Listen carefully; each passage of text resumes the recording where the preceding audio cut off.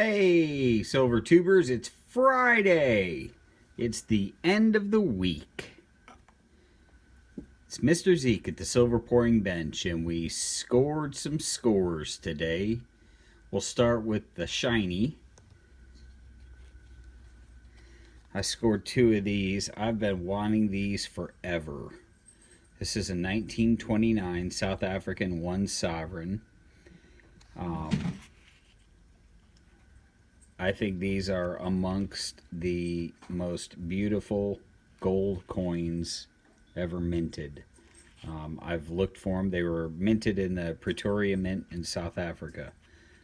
They're just under a quarter ounce each of pure gold. They're 0.917 purity, 7.99 grams. I scored the first year they made them, 1929, and the last year they made them, 1932. And it's amazing the mintage differences. The first year they made them, they minted 12 million of them. The last year, 1 million of them. So, amazing additions to the yellow metal collection. I am going to leave these out on the bench because I'm going to be oogling them all night.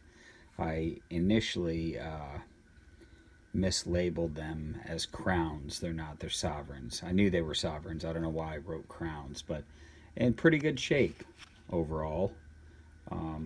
Love them. Absolutely love them. They're right there with my, I don't want to say this too loud because she might hear me, but they're right there with my Helveticas. But they're a little larger. I think they're a little larger coin than the Helvetica. Because the Helvetica, I think, is less than a quarter ounce as well. So these came today. I got those. And I got some new molds. I got a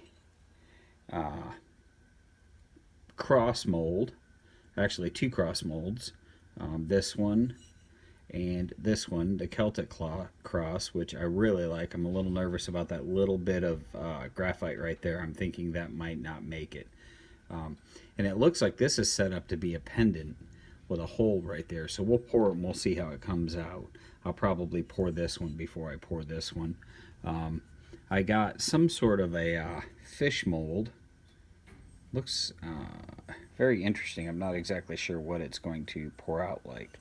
But the highlight and what I had actually ordered was it was time for the next evolution in the Tree of Life. And so I've been in love with the hexagon shape, so I ordered a custom hexagon Tree of Life. This is a little different design than the Tree of Life I've had before. And so this is the third iteration of the Tree of Life. We have the original large round. We have the miniature Tree of Life. And now we have the hexagon. And this should, if poured right, have a raised rim all the way around. So we're going to pour these and see how they come out. And so stand by. Let's get over to the pouring bench and get everything warmed up. So hang tight. All right, Friday night pours. Pour number one. Of course, I could not wait. I had to pour the Tree of Life first. I've been so excited about this particular mold that I had to pour it first. So let's go ahead and get to pouring. I didn't really want to overheat the mold the first pour, but I got the heat on low, but it heated up glowing. I'm gonna let it cool off just a little bit. I'm pouring out of a smaller crucible tonight because I want a little bit more control over the pour. It's a shallow mold. Well, it cleaned up the edges pretty nice. Poured pretty full. Nice rounded back on it. I'm going to go ahead and recharge the crucible while we let that cool for a second, because there's a couple more molds to be poured. I've got some OPM rounds that I'm melting.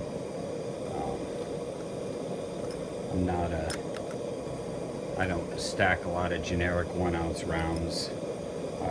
My generics are all usually the larger 5 and 10 ounce bars. So the 1 ounce are what I refer to as crucible fodder. Well, it's cooled off. It cooled off good and quick. This is high-grade graphite, so let's see what we ended up with. And we'll go ahead and cool it. I don't see any graphite coming off with the pour. So I think I have mixed my two favorite loves in this pour. The Tree of Life and the hexagon shape. That is the very first Tree of Life hexagon pour. Good thickness all the way around. Nice smooth back. I wasn't really going for any kind of pour lines, but I like the orientation of the tree coming out of one of the points instead of coming off of the broad side. I think this is going to be one of my favorite pours. So it's the next evolution in the Tree of Life series. Mini, large, and hexy. So I'm going to heat up that cross mold and we'll see how that one pours out. Hang tight.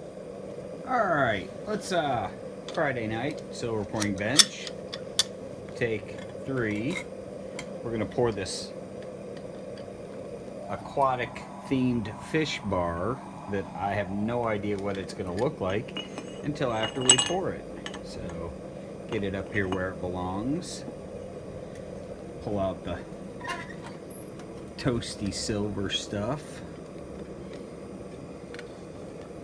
And go ahead and fill the mold. I'm going to try that cross one more time tonight before I completely give up. I think I just need to get a little bit cleaner leverage on it. I'm going to heat it up. Not quite so warm though. I paused. You could see I paused at the very beginning. And with a narrow piece like that, you really don't want to pause. Let's see if this drops out because I'm kind of curious. Oh, there we go. Okay. So let me cool it off. We'll see what it says on it. I don't know. It came out awfully shiny.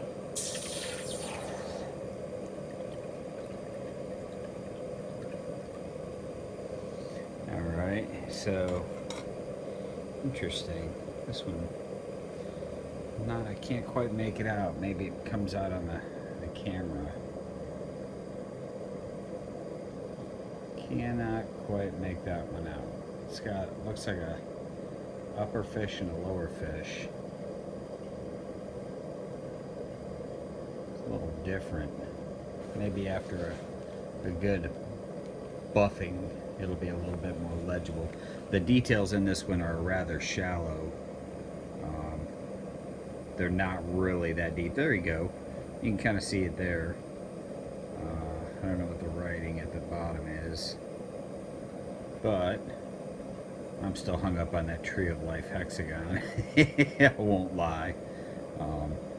Everything after that is just a bonus. So it's just fine silver at the bottom. So, but it's hard to make out because it's so shiny. And so, anyway, I'll set that right there, and we're gonna try. Like I said, we're gonna try that cross pour one more time. Try and maybe go a little bit slower and see if we can't get it to work out. Hang tight. Okay, I couldn't help it. One more look at the Tree of Life hexagon. I could not help it.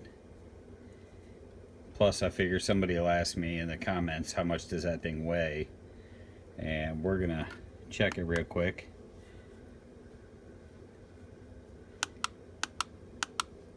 That one poured out. That's probably going to be an average pour of about, say, close to 2.5 ounces.